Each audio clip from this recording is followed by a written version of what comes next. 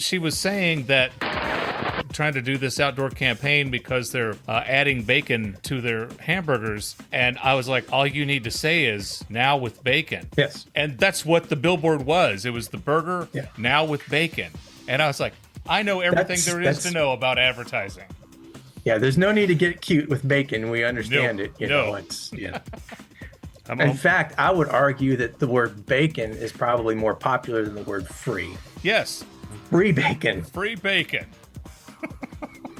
You could hide that behind a bush. People would still find your business. Craig, are you ready? Yes. Okay, I'm going to start the show I here. thought we were actually doing this. That's how. Well, we're warming up. Yeah. If you actually listen to the show, it's a lot more packaged than what you're getting right now. Can you stop talking with your mouth full? I'm trying to explain this. You're just making it harder for Darin to do post. Oh, you have no idea how hard it is to post edit this Bitches episode. and whines about everything. I spent 6 hours editing our last episode. It sucks sometimes. Sometimes it sucks. Sometimes it's fun. Most times it's fun. Sometimes it sucks. Are you going to eat green beans the entire... I don't have that many green. I'm almost done. Eat your damn green beans. You can't judge a man till you walk in his shoes. When do you walk in another man's shoes? Bowling. It's the only time, right? Welcome to Irritable Dad Syndrome, your choice for Amish entertainment. Please welcome your hosts, Mike and Darin. Hi, I'm Darin. I am Mike. Welcome to Irritable Dad Syndrome. This is episode 192. We're Cincinnati's comedy podcast, but this week we're Cincinnati's rock and roll podcast because we have a special guest. Our guest is a friend of mine who I've known for, I believe, going on almost 32 years. We met, we used to work together in Johnson City, Tennessee. Craig Augenstein. Craig, welcome to the show. Great to be here. Thanks, guys. Oh, yeah. We're very happy that you're here. Now, here's the thing. I hadn't talked to Craig in a while, Mike. And a few months back, I get this message from him saying, I'm working on this really cool project. I'm just going to set it up a little bit. So Craig's brother, Eric, used to be in a band in 1997 called Vibraflux. Okay. And they were around a very short time. And my buddies Jim and Shannon and Chad and Craig and a bunch of us, we used to go see them at bars in Johnson City.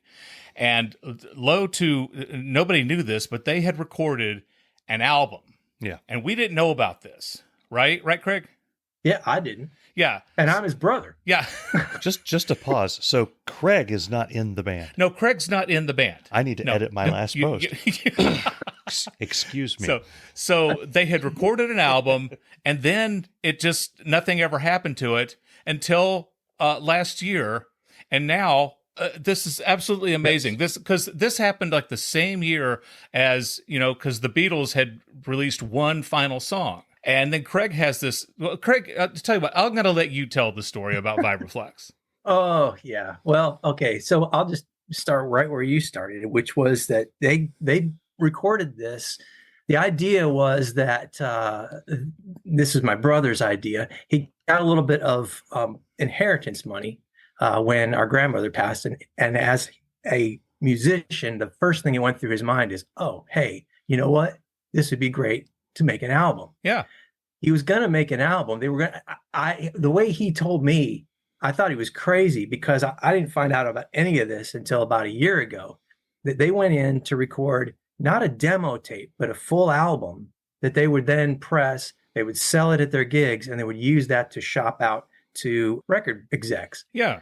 So what he did is he took what money he had, to do this, and he went down to the only guy that had a production studio in Johnson City. He put the money in front of him. He said, "This is how much I have. Is this enough to make an album?" That's awesome.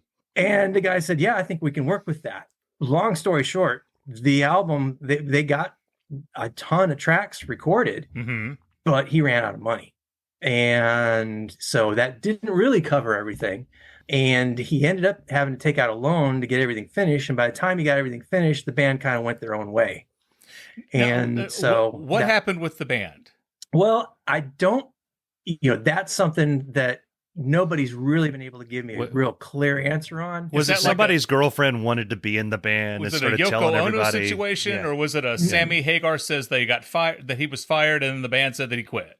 the short answer is they just really weren't all on the same page. Okay. My brother had a drive. They didn't have quite the same drive. And on top of that, they all kind of had their own things that they were. That's what's interesting about this is that for the split second that they were firing on all 8 cylinders, they managed to get all of this in the can. Mm-hmm. Yeah. After that, my brother and Ernie, they ended up going down to Murfreesboro. Now, Of course, that's closer. Ernie's the lead singer. Yes. That's okay. Ernie is the lead singer. Yeah. Mhm. Yeah. And they went to Murfreesboro just outside of Nashville. And that's where, that there was stuff happening down there. It's Self, then the Haffey brothers, they got acquainted with those guys. I don't know if any of those names mean anything now. Never heard of them. But yeah, look them up. Self, Okay. Awesome band. So they and a couple of guys from Alexis Wax. So they went down there and formed another band called The Alexis Wax, because everybody down there was the something. So they Right. The Alexis Wax. So that's what they did. And he recorded an album down there. And of course, that album got recorded. It's awesome, but it's currently not available either. So my brother basically had 2 really good albums that haven't seen the light of day. So yeah, so we found out that he had recorded all of this. I don't know how far, how this ended up lost that's the other part of this story. Well, as I said, that's what I was fascinated about, because you didn't even know that this thing existed, and then you're talking to him once. Tell us a little bit about what path your brother took, because this I also find fascinating. So my brother ends up down there in Murfreesboro. He's playing gigs and stuff like that. And long story short, he has a spiritual awakening of sorts.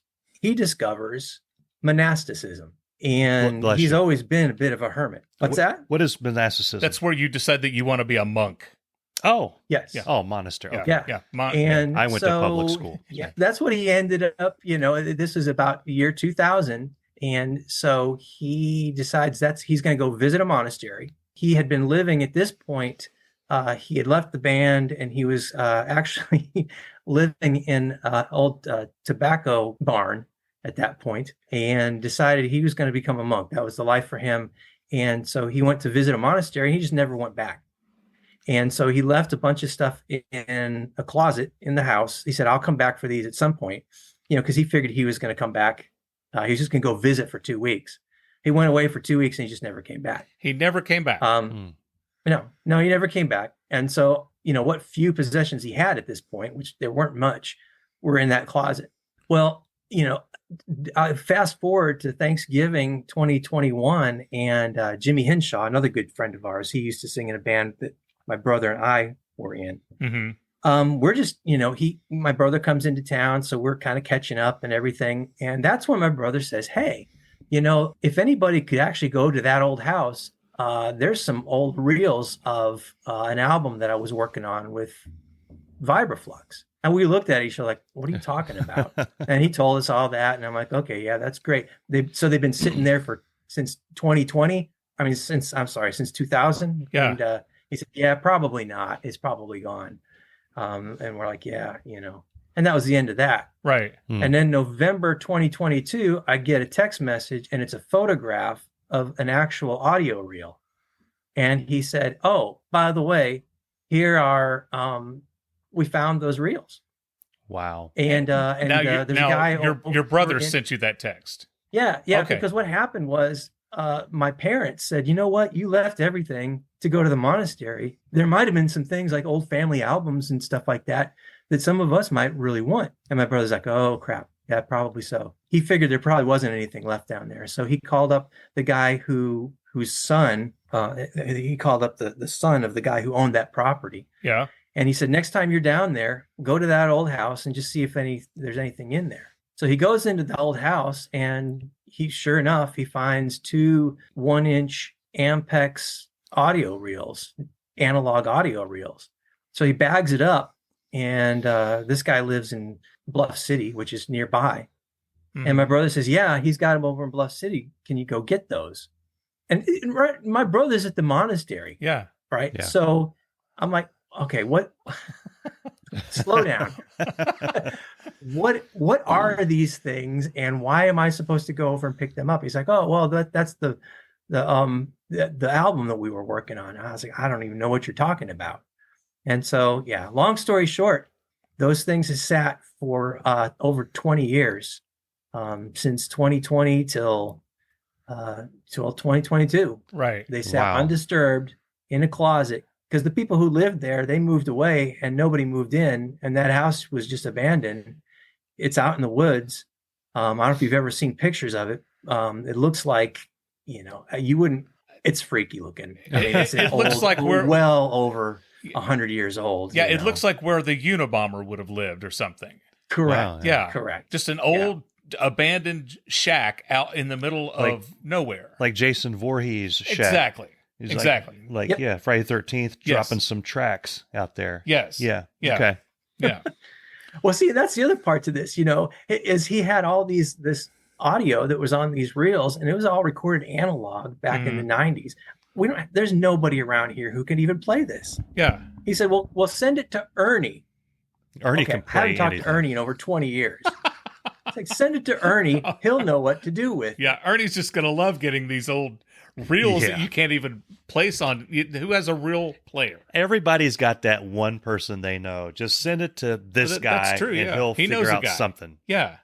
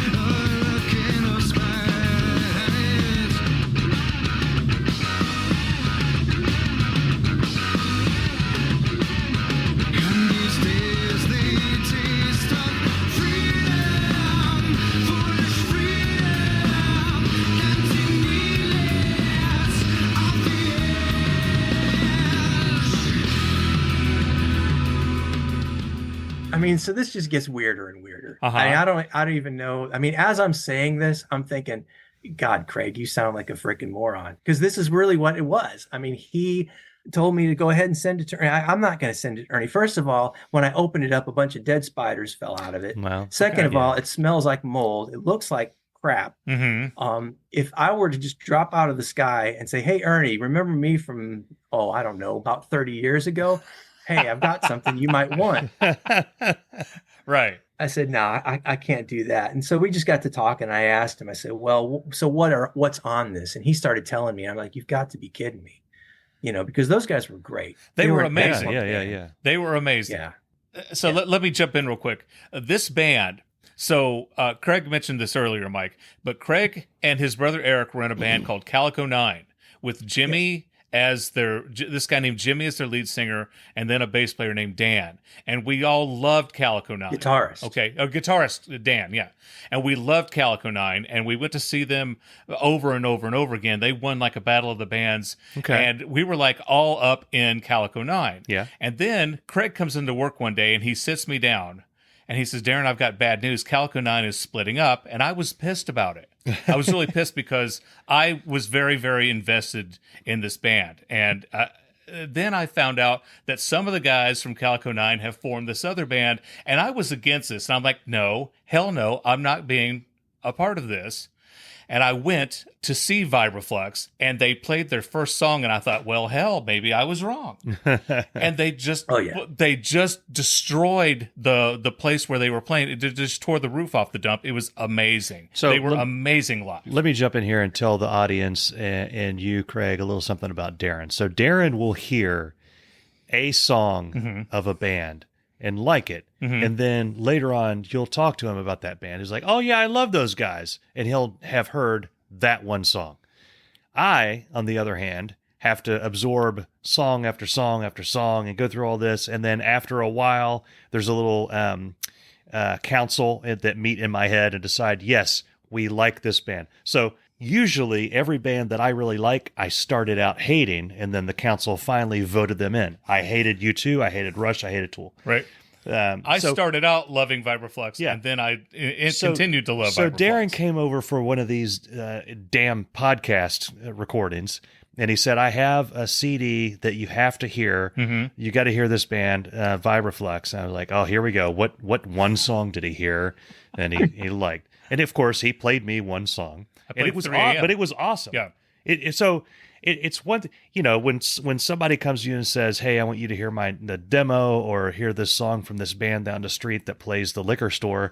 And you're like, okay, I know what I'm going to hear. That's not what I heard. I heard I know I hadn't heard these guys on the radio, right, but they sounded like something you would have heard on the radio then and now. And then the look on your face when the song first started, you're like, okay. Yeah, okay. All right. All right.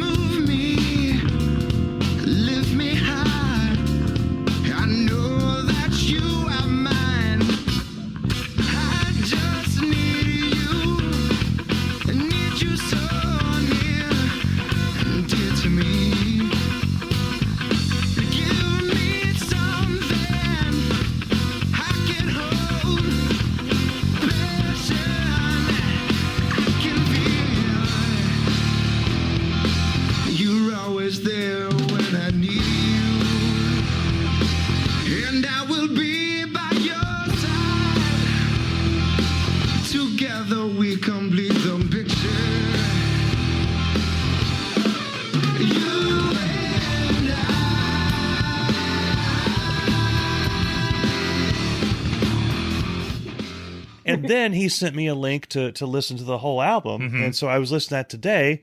And I know I was cursing, but I had my headphones and everybody else heard me. I couldn't hear myself cursing, Right. so I was fine.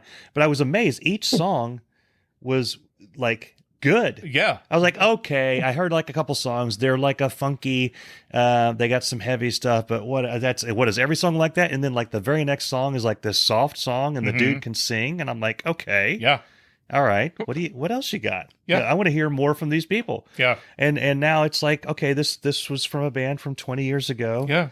With dead spiders on it. So the question is, what's next for these guys? Do they know that you've done that this is put together? Like this is out there? Like where are we going from now? When are they going on tour? That's the thing. It's not going to happen. They're a defunct band from Johnson City that no one's ever heard of and is really not going anywhere, which is kind of a hard sell. It's hard to market something like that. Yeah. What ended up happening is I got a hold of everybody because I told my brother, I said, look, I'm not sending these to Ernie. I'm going to give him something that he can use. And that's when I called the guys at Welcome to 1979 and they digitized everything. Yeah. They went through and that's a place in Nashville that actually does like that. Yeah, they're a full analog studio. Yeah. It's amazing.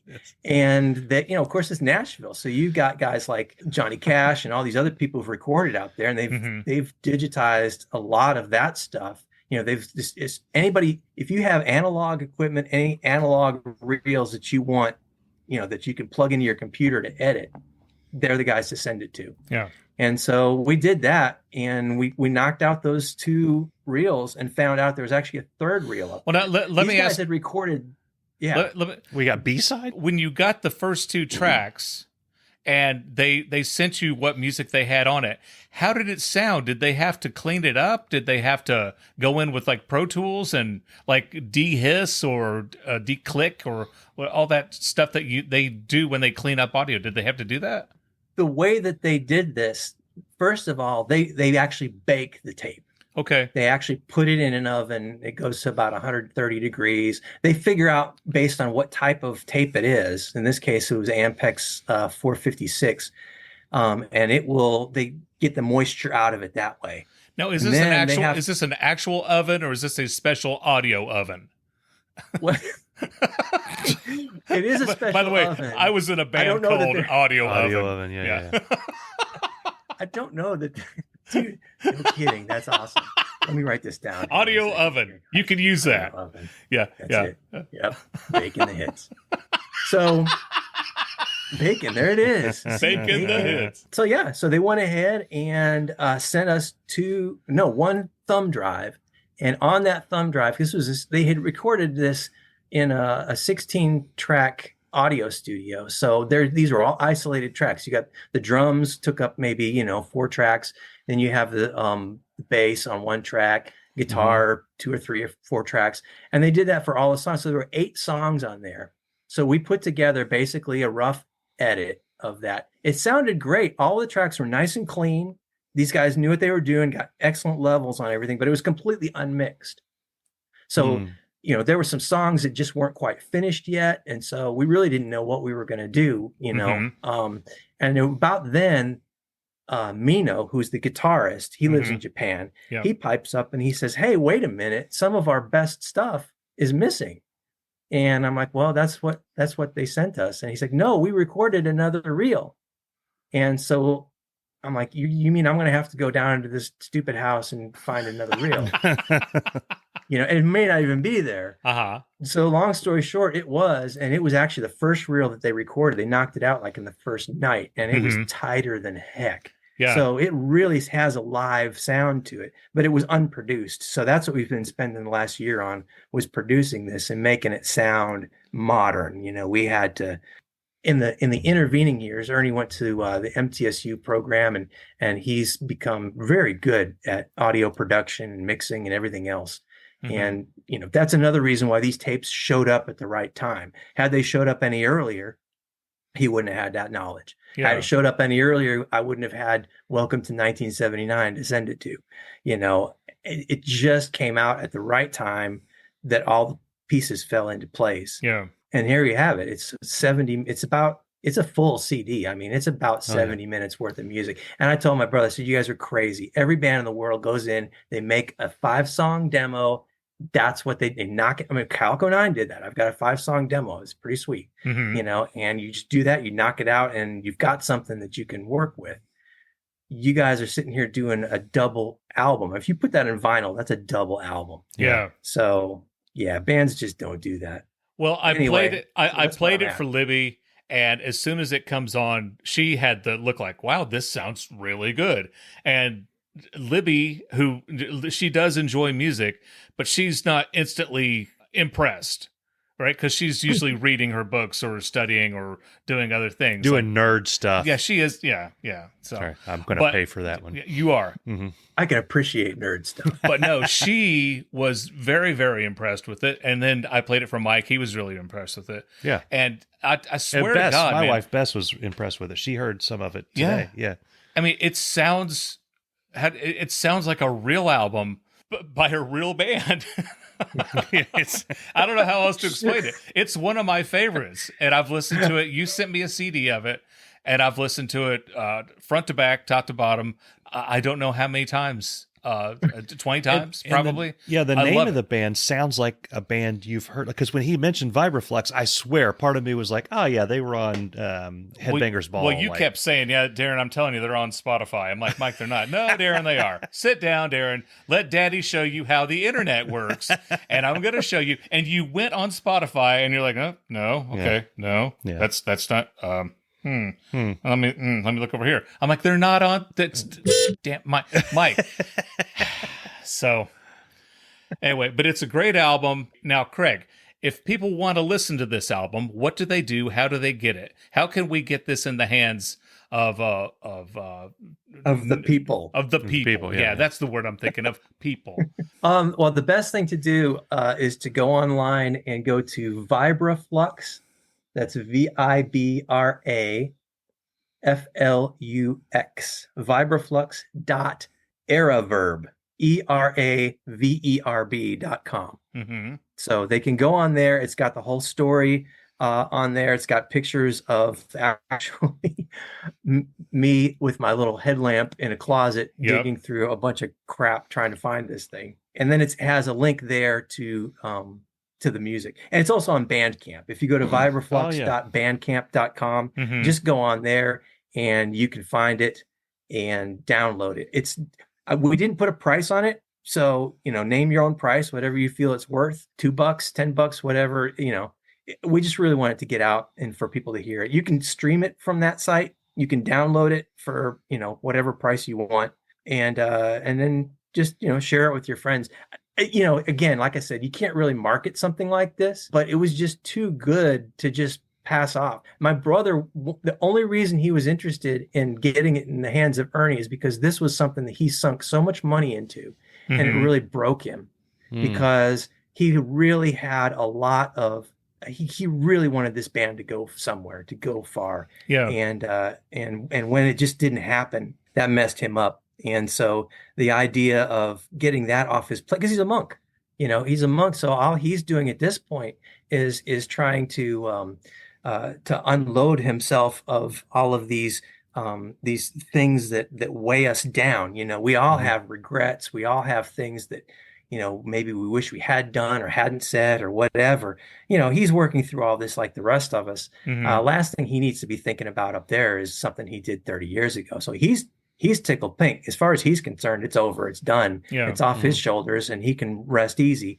because now the guys actually have a CD that they can say, hey, this was us. Because that's the other part. He felt guilty about it because, they put all that work into it, and then he ended up putting it in a closet instead of giving it to somebody when he went to the monastery. Yeah. Yeah. So, that's off his shoulders now. The guys love it.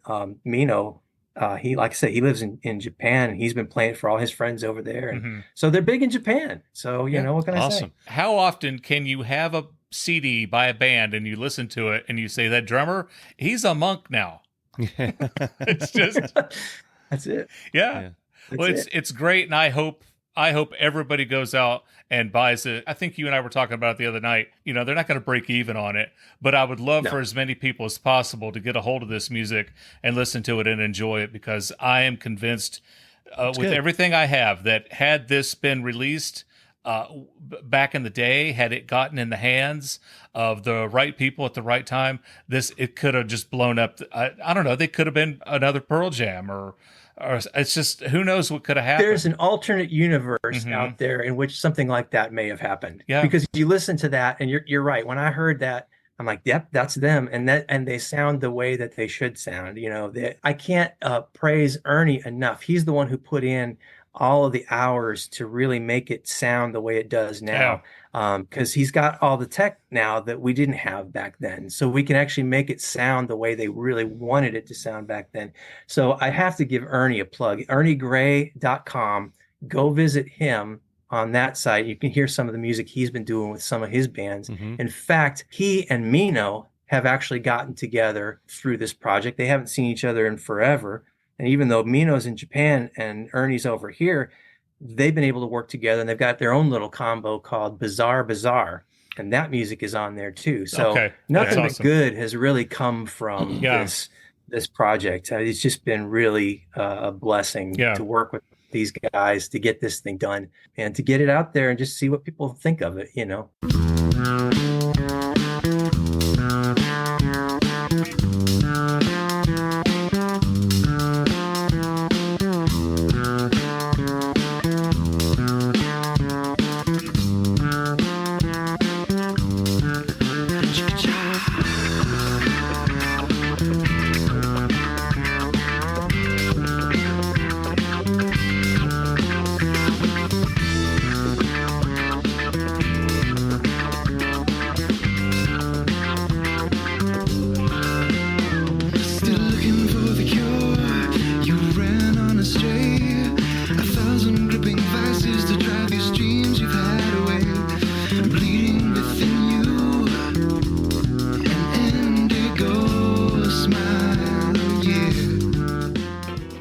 So, Craig, you live in Johnson City, Tennessee still. That's where I used to live.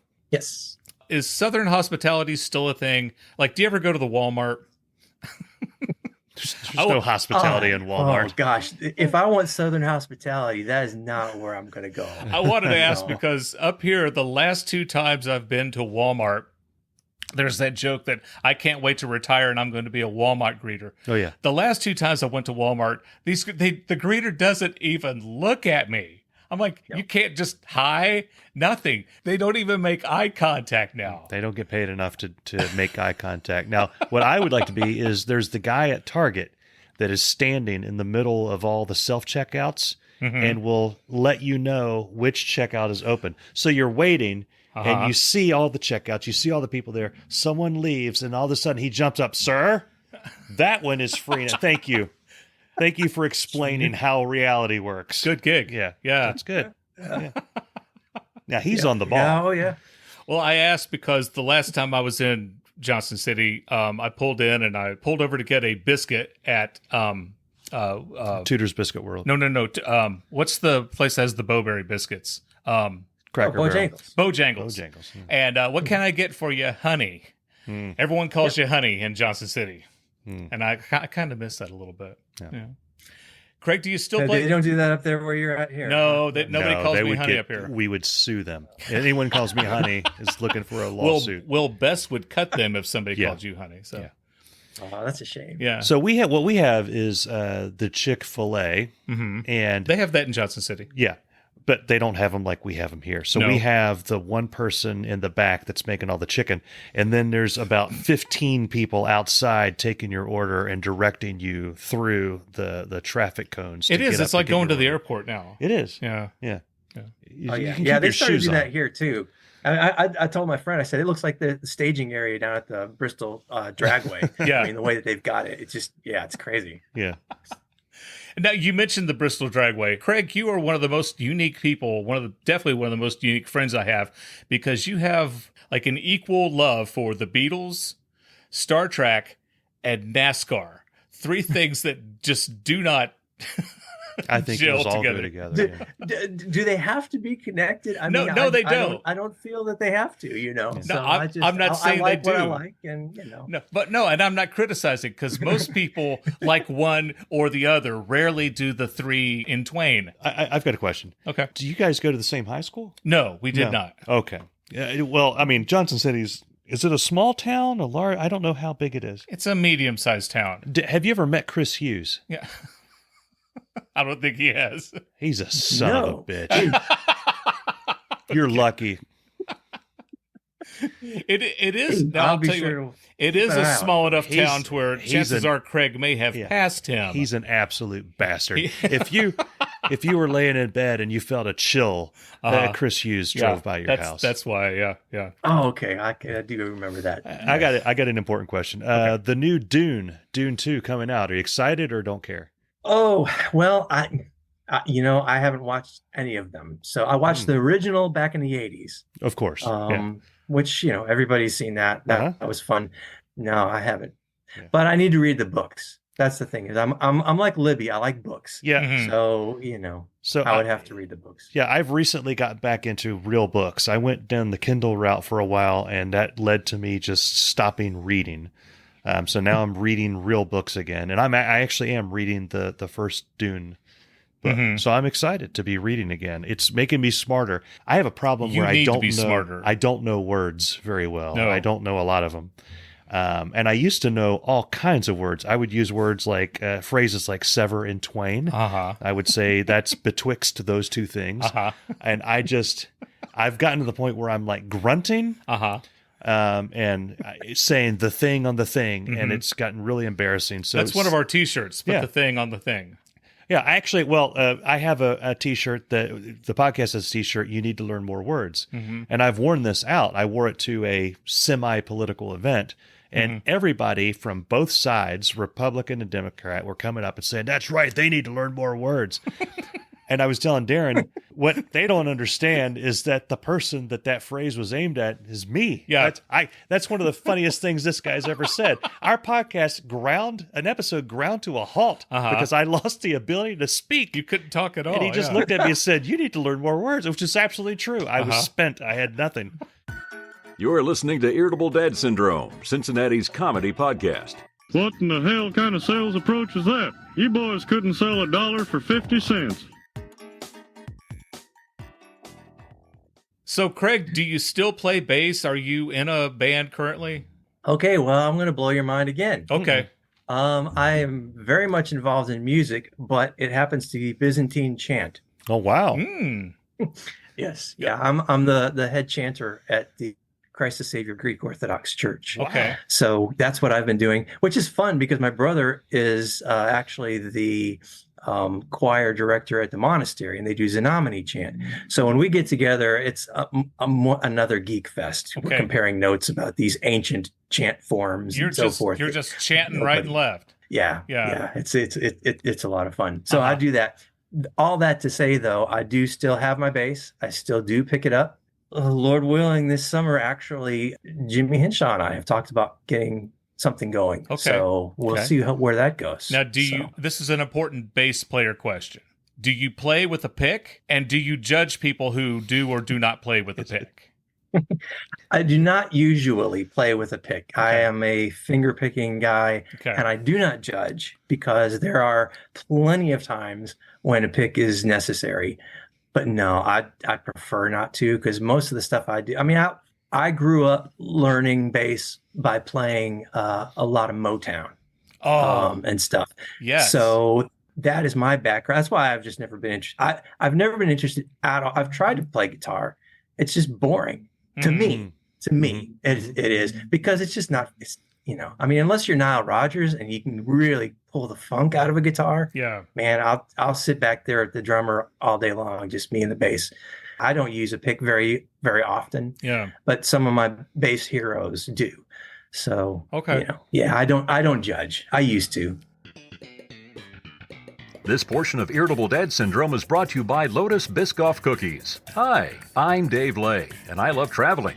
It seems like every couple of months I get the urge to visit people and places anywhere on this great planet. And that's why I'm a big fan of Lotus Biscoff Cookies. Whenever I'm flying and the stewardess asks if I want a snack, I say, hell yeah, I want a snack, and make that snack a pack of Lotus Biscoff Cookies. Since 1932, Lotus Biscoff Cookies have been made with all natural ingredients. They're crunchy, and that caramelized flavor has made them the preferred choice of every major airline that serves snacks. Lotus Biscoff Cookies. Now those are some good cookies. Back to you guys in the studio. There's a little fact about Craig. Craig was the first person to ever put me on television. Oh, wow. Yeah, when I am a big star. I owe all my fame to you, Craig. When I worked at WJHL, awesome. They were doing a commercial, and they said, Darin, do you want to be in a commercial? And I said, sure. What do I need to do? And the commercial was for this company called Bill McConnell Auto Painting. And I remember my line, I'll never forget my first line as I looked at this car and I said, wow, look at that shine. Oh, man. And Bill McConnell says, why, that's my oven baked diamond gloss finish. Oh, boy. Right? And he said, we're always priced right and something. And every Bill McConnell commercial was it on Bill's insistence there was a girl at the end of the commercial? Yes. Oh, that's a total Bill move. He wasn't picky about them. He would just grab one and say. No, he was not picky. He could not have possibly been picky. So he goes through the whole thing about how much it costs to paint the car. We do it in a dust-free booth and something else, only $5.99. And he's like, "That's right." And I said, "It's a deal." And we shake hands. It's only $5.99. $599. That is a deal. That was a deal. Yeah. And then this woman comes out and she's like, "That's right, Bill." And we shake hands. I'd buy that for $1. Exactly. Yeah. That commercial ran. No, you missed the slogan. Oh, that's right. What was the slogan? We make bodies beautiful. Where we make bodies beautiful. That's right. Okay. And she says, "That's right, Bill." Yeah. Wow. You got it. And so that commercial ran for years. Yes. And I mean, I don't know, 7, 8, 9 years. This was 90s. and we'd recorded it, and I would be at Gatsby's, and someone would ask me, "How's Bill McConnell doing?" And I'd say, and he got busted for tax evasion. Oh. He went to prison. Okay, homeboy went to jail. He was in the orange suit, had the numbers on it and everything. And I would always say, I never worked for Bill. I just made his commercials, and he was very nice to me, which he was. He said maybe 2 things to me. Because you knew at some point he was getting out. Yeah. I didn't want him to haunt me. A guy like Bill's got connections. Yeah. So we did that. And then Craig put me in a commercial for Zach's Furniture, a couple commercials. One of them was like Run to Zach's. And I don't know why you guys shot at the top of the hill and insisted that I run up this hill. But I ran up this hill, and they put the Flintstone sound effect on it. Right. And then I wiped the sweat off my head.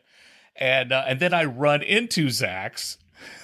But the thing was, they had the camera set up, and they're shooting me running into Zach's. Nobody told anybody at Zach's that some guy is going to just be hauling ass into their store. And I opened the door, and I ran in as fast as I could. Wow. Scared the out of them. Oh, yeah. That was fun. But the best was the Bachman-Bernard $1 Million Shootout.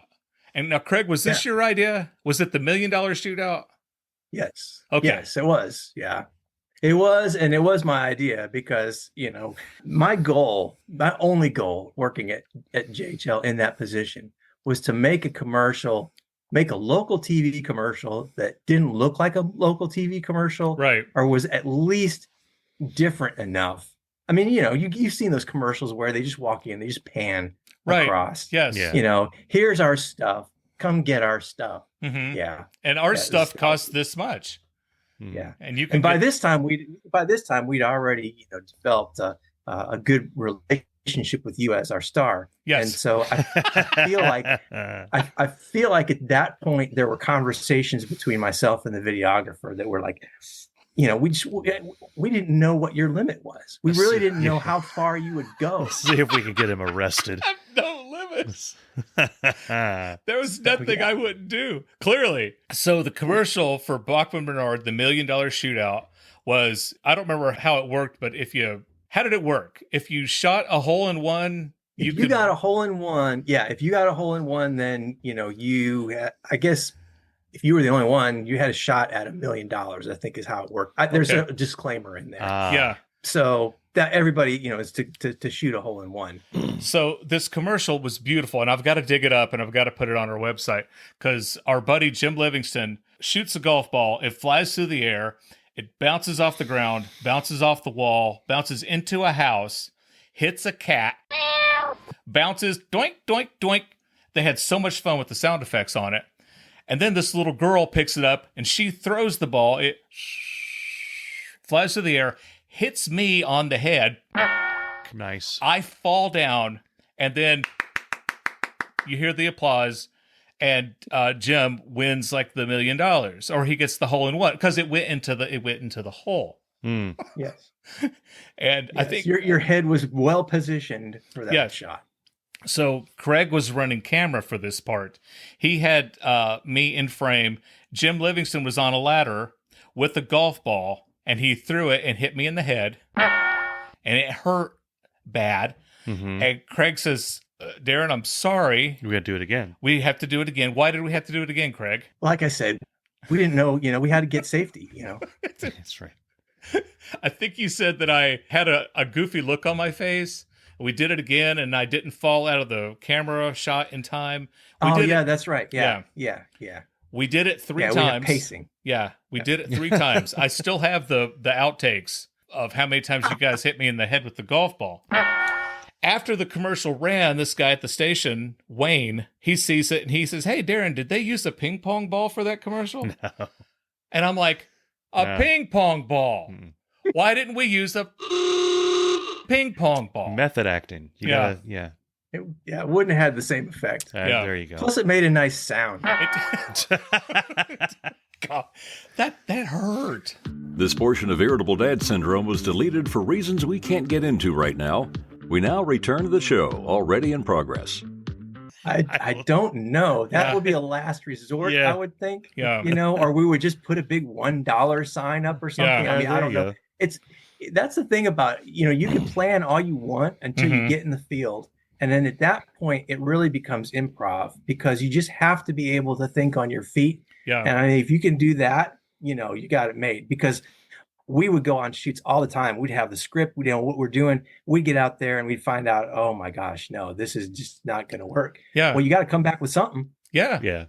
Exactly. So, yeah. And there were, I don't know. I do miss that. That was fun. I don't know how many commercial shoots I went on where something would go wrong. Either the person couldn't deliver like we had thought, or the location where we said we were going to shoot had X amount of problems with it. Well, you'll have to ask Jim at some point, because he can tell you the story better than I can. But we had to do a shoot for, I don't know what it was. It was for some sort of memory enhancing program, where basically you take this course and it can help you remember everything. I mean, it's just people, as they get older, you forget stuff. And so anyway, so we had to talk to some people who had been through this memory program and were really, really good at memorizing stuff.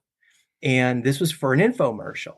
All they had to do is get on the camera and talk about, whatever. That camera would go and they would draw a blank.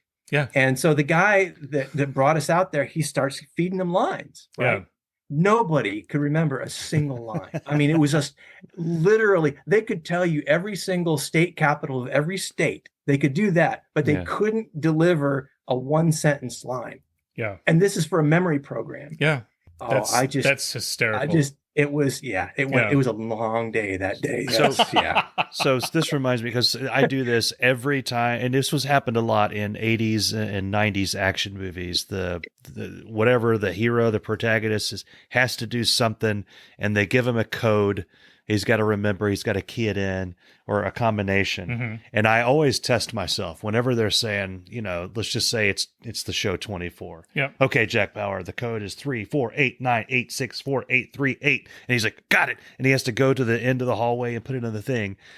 100% of the time I've ever watched a movie or a show where something like that's happening, everybody dies. I would not. I would be at it's like, wait, was that a 9 or a 2? Yeah. I can never remember any of it. Hey, what happened? Yeah, and they can never remember whether it's the red wire or the green wire. The green wire, exactly. Yeah. And that's it's a 50-50. Yeah.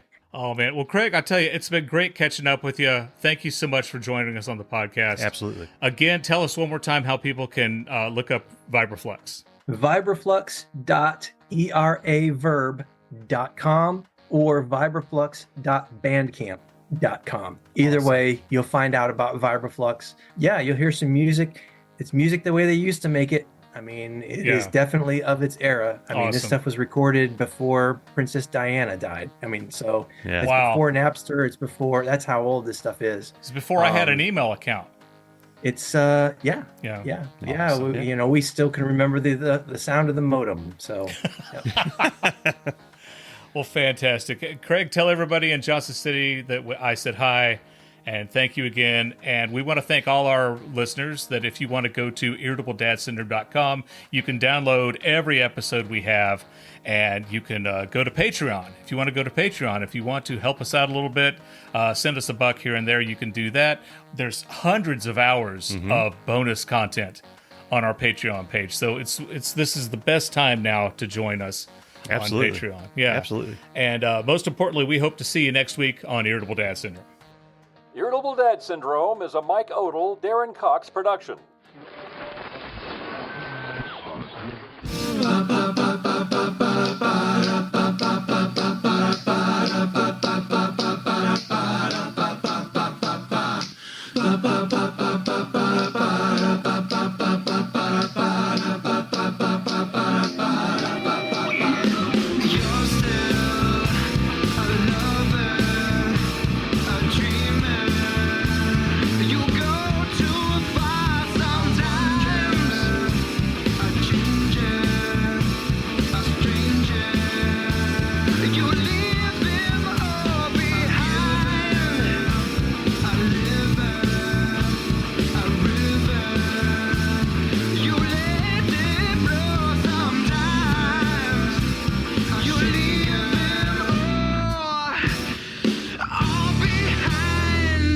Recording stopped.